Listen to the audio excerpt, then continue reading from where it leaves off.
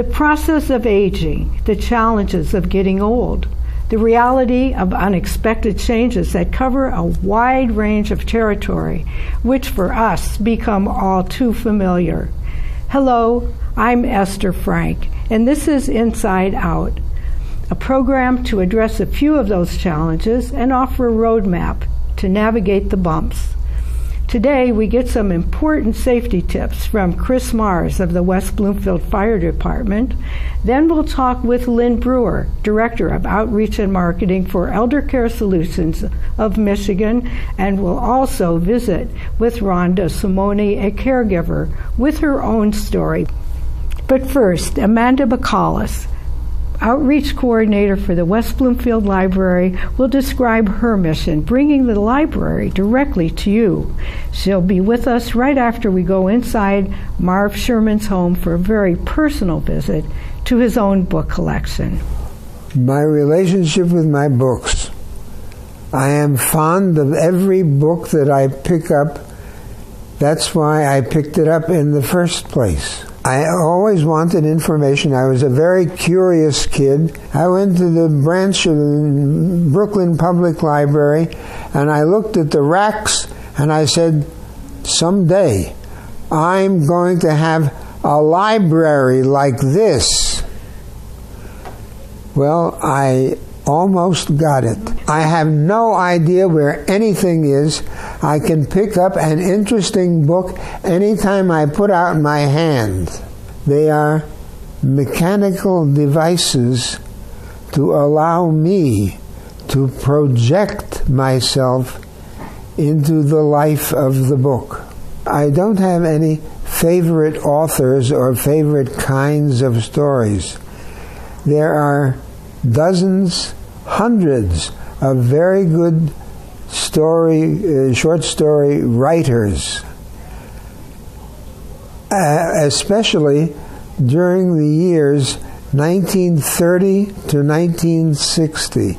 That was the golden age of the short story, the golden age of the New Yorker magazine. It is the reading in them which has life. They do not have life until I pick them up and read them. Most short stories are narratives and deserve to be spoken. As I got older and I spent more time with Marvin started watching the baseball game with me, and I started picking up the books. He and I share our home. We are very good companions. I love some of the short stories. I love Sherlock Holmes. Things like that. I find them very exciting, very stimulating. We have a great library here. I mean, I could anything I could wish for.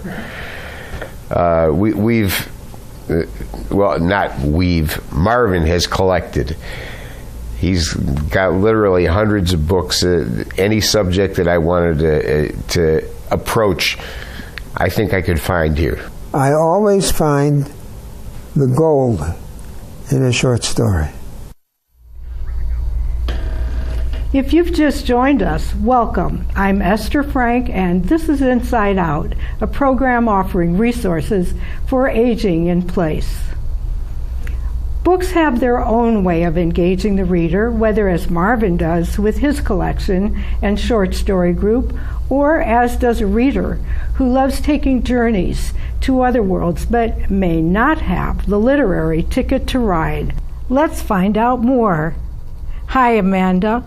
Have you ever thought of yourself as a ticket agent? That's a great expression, Hester. I really haven't thought of myself as a ticket agent, but actually, working at the library, you really are an agent for finding information for all of the residents of West Bloomfield. Well, that's a huge job to take on, but tell me a little bit about your own interest in becoming a librarian. How did that happen? Well, librarianship is really my second career.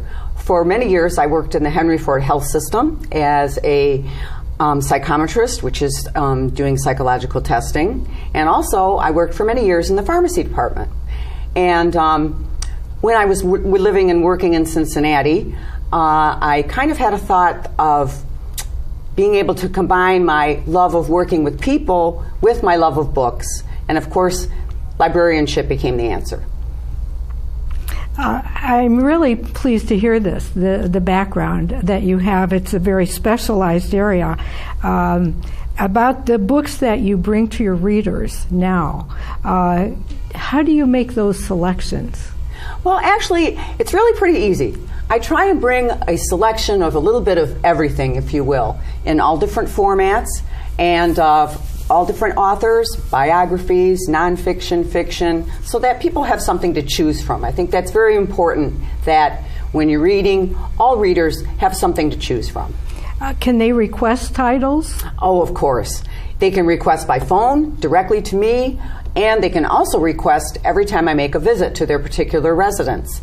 I visit most of the senior living communities in West Bloomfield, and I always try and bring a mixture of books in different formats, large print, books on CD, bestsellers, even some classics, so that, once again, people have a wide variety of materials to choose from. And of course, they can always make a personal selection, or they can request special titles, and I'll do everything I can to get it for them. Can you give me some examples of some of those titles that you're bringing in now? What are the hot books today? Oh, the hot books today are, of course, The English Girl by Daniel Silva. That is a popular one. Second Honeymoon, James Patterson. And with the recent passing of Elmore Leonard, his books have become very popular once again. And I'm bringing a lot of those so that folks can catch up on his great literary talent as well. And also, biographies are very popular.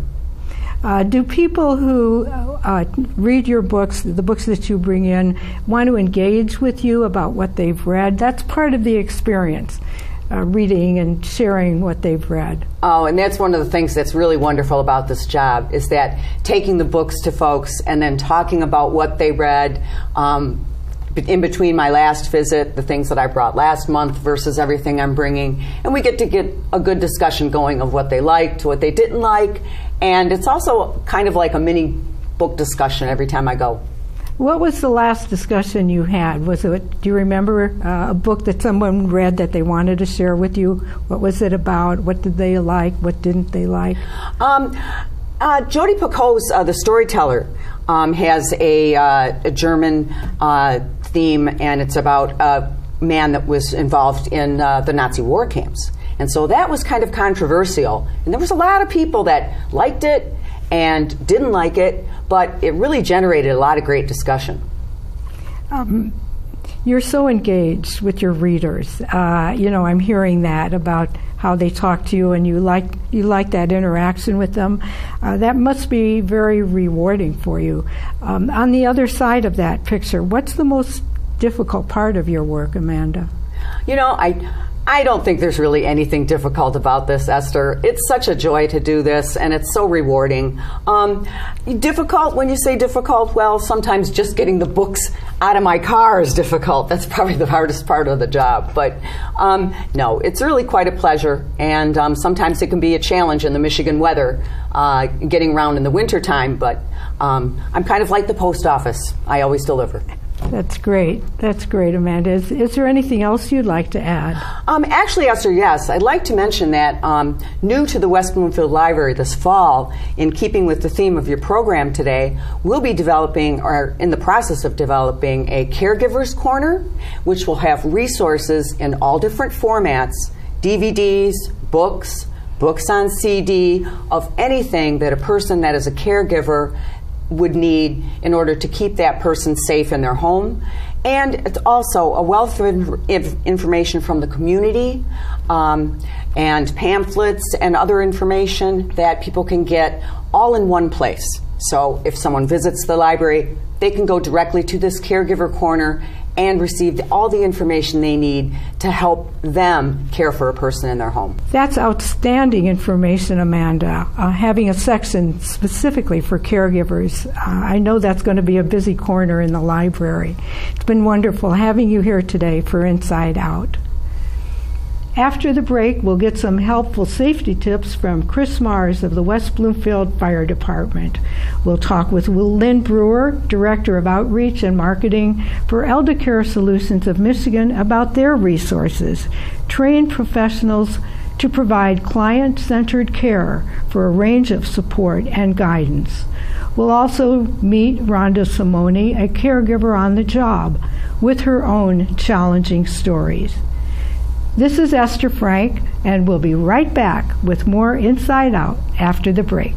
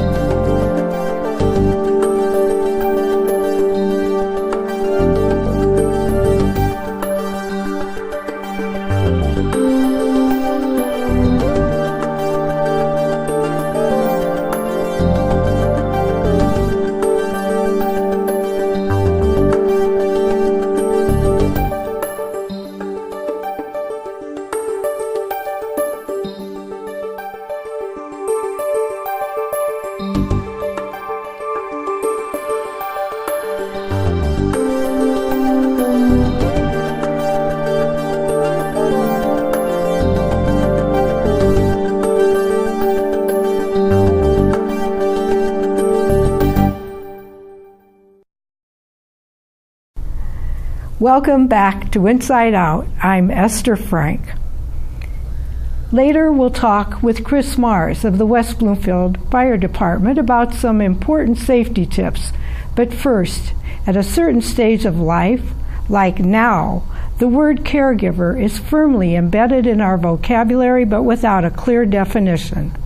Lynn Brewer, Director of Outreach and Marketing for Elder Care Solutions of Michigan, will describe care management from her perspective. But first, we'll meet Rhonda Simone on the job in her all-encompassing role as a caregiver. I've been on the job for 15 years with them. I started off coming once a week and cleaning their house for them. And then as they got a little older, they needed a little more care. And I started off, just like I said, coming in and cleaning once a week. And then the family asked me if I'd come in and start helping them out a little bit more, with the gardening and the cooking and the cleaning and, make sure that they're well taken care of and, just the regular household chores. Claire's a wonderful artist. You could see some of her beautiful work in her home. She has a studio downstairs. She's sold a lot of her work at the art fairs in Ann Arbor, at the DIA. She did some of the painting on the huge mural when you first walk in, and she has some artwork there. Claire and Jack were able to stay in their home, and we had agencies that came in. We had the Visiting Physicians Association. It's a wonderful company, and it makes life so much easier for the caregiver, because when people get a little older, they tend to, be in their ways. If they don't want to do something, they don't want to do it, okay? And sometimes it's hard. Part of my day that makes me the most happiest is to get up in the morning when Mrs. Rogers gets up and she says to me, "Good morning, sweetie." Every single morning she has a beautiful smile for me, and she's so happy to see me. It just fills my heart with, all that love, and she's just a wonderful, wonderful person. To be a good caregiver, you have to have a lot of patience, and you have to have time for yourself, and you have to make sure that you treat them with respect, give them love, try to be there for their needs, try to be there for them all the time, and just love them and kiss and hug them, and they love that. Caregiving is not a cakewalk. Lynn Brewer knows that better than most. She earned her Bachelor of Science degree in psychology from Michigan State University and her Master's in social work and interpersonal practice from the University of Michigan. Her professional focus is to identify the needs of seniors and raise awareness about the benefits of geriatric care management. She spends much of her time in the community speaking with families and professionals about geriatric care management and letting them know that help is available for older adults and families. Hi, Lynn. Welcome to Inside Out. It's nice to have you here. Rhonda Simone figured it out successfully for all concerned. But what about someone out there who really doesn't have a handle on where to go and who to call? You know, the best thing for them to do, because it can be so overwhelming, is to contact a geriatric care manager. And Esther, I'm willing to bet that most people aren't even familiar with that term. But a geriatric care manager is someone who's expert at assessing and meeting the needs of older adults, knowing the difference between what services can feel too much and too intrusive, and which ones provide just enough support to make a tangible difference in someone's lives. They can also help that local caregiver and that out-of-town son or daughter avoid making some costly mistakes that you might make if you're doing this for the first time. Well, you know, there used to be yellow pages where you could look up geriatric care manager, but we don't have that anymore. So where do they look for this geriatric care manager? You know, there's a couple of different ways they can go. There's a professional association that's called the National Association of Professional Geriatric Care Managers, NAPGCM. They have a website by those initials.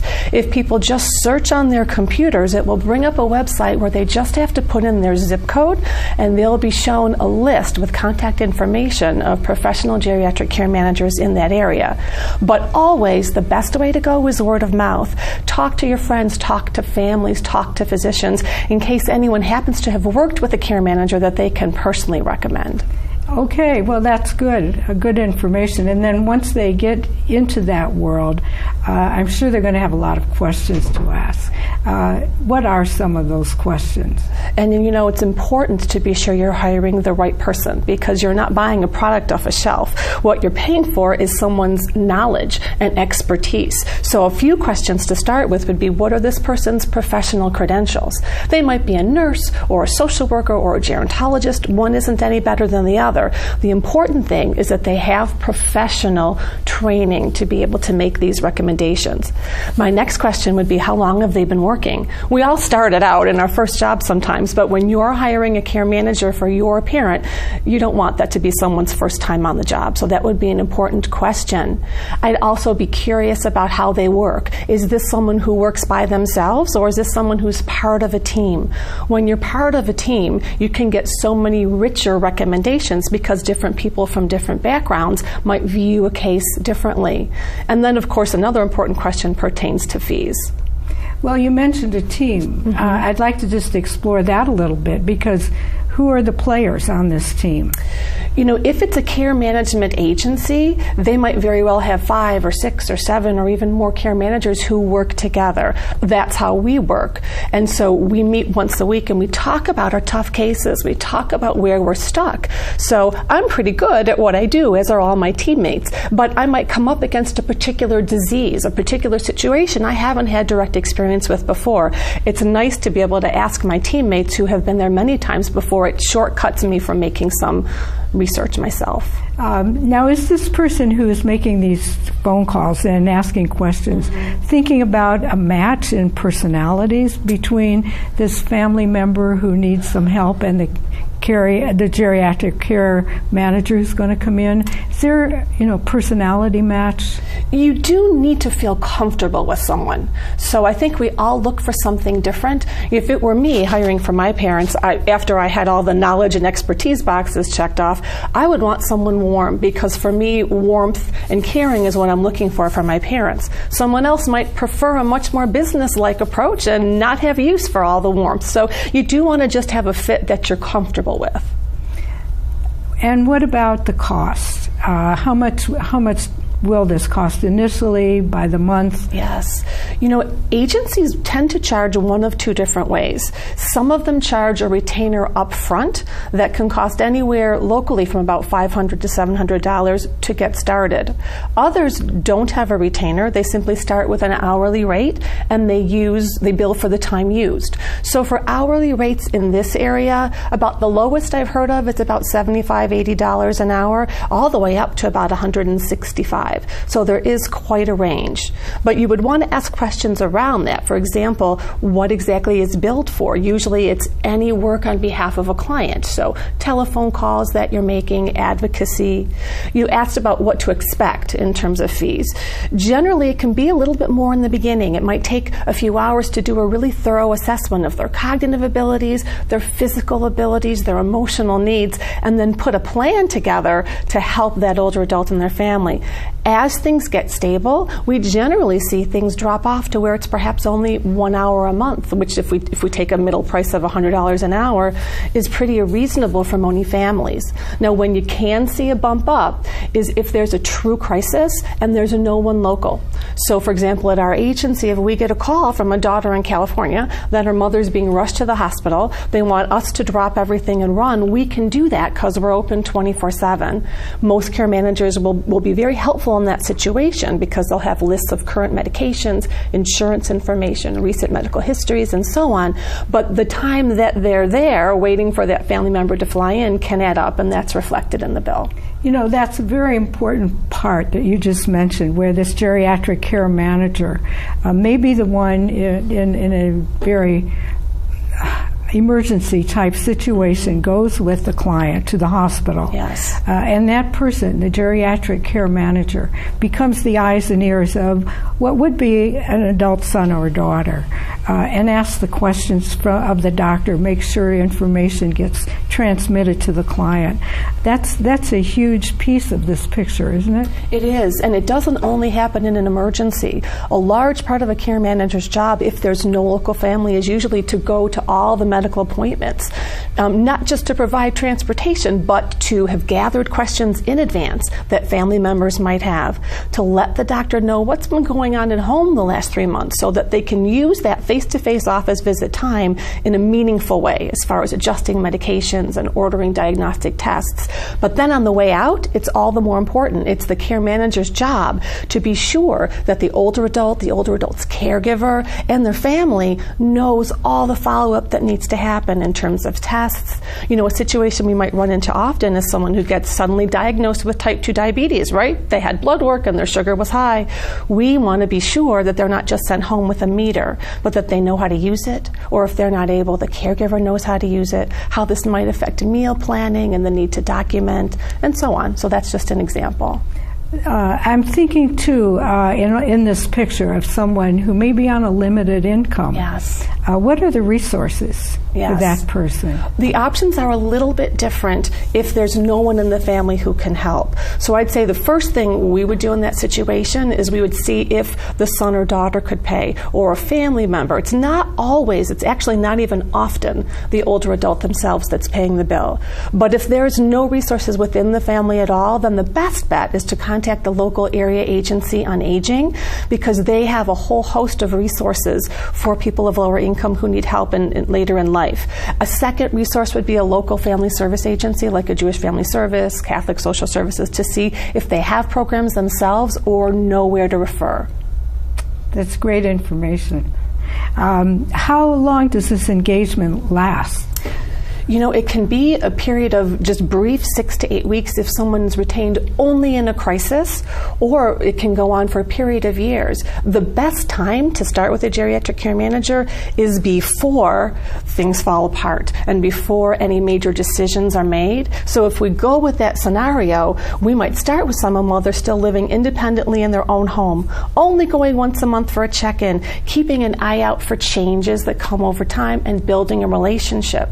So when things get challenging, that older adult is comfortable letting somebody know. And that way we're there to guide and work with the family and that older adult through transitions, if a move might be needed to an assisted living, down the line to even a memory care or a skilled nursing facility. So in that scenario, the relationship hopefully would be for many years.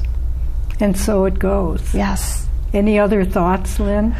I guess I would just want people to know that when you get the right amount of services in place and you have someone on your team who you trust, you can almost turn back the clock for people. Aging doesn't have to always be the worst case scenario. Lynn, thank you so much. I know you provided just extraordinary information that people out there are wanting very much to see. I hope you enjoyed today's episode of Inside Out. If you would like more information about our show or want to watch it anytime, simply go to the internet. You'll find us at civiccentertv.com. Have an idea for the show? Send me an email. I would love to hear from you. My address is esther@civiccentertv.com. Before we go, here are some tips from Chris Mars of the West Bloomfield Fire Department. Hi, my name is Chris Mars. I'm with the West Bloomfield Fire Department. I'm here today to talk to you about a very important program that we brought to West Bloomfield 5 or 6 years ago. It's called the File of Life. The File of Life is a medical information packet that goes on your refrigerator in your home by way of this magnet, and it provides us as medical emergency providers with all the information we need to know about you in the event of a medical emergency. This card, when you fill it out, you fill it out in pencil so you can erase and update it as needed. You fill it out and it has your name, your medical history, your allergies, your medications, your recent surgeries, emergency contacts, pretty much everything we need to know about you that would be normally asking somebody in the event of an emergency. This File of Life is a great program because a lot of times when someone calls 911, it's the worst day of their life. They can be in a panic. They can forget things. Someone can be unconscious and not being able to tell us anything. So we have to kind of guess as to what's going on in order to treat you properly. We kind of have to guess your medical history and to give us a clear course of how to treat you. We will treat you appropriately based on our assessment and our findings from what's going on. However, this will give us a better idea of to maybe more quickly treat you. A lot of times people are on medications and they've been on medications for years and they don't know why they're on them. The doctor just told them to take it. They don't even know the names. So this will give us an idea of what the names are and the dosage, which would be important for us and the doctors at the hospital.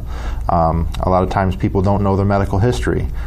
If you have trouble remembering your medical history, it might be good to fill this out with a relative, a son, a daughter, granddaughter, grandson, whomever, to help you fill this out to get a better understanding of what your medical conditions are.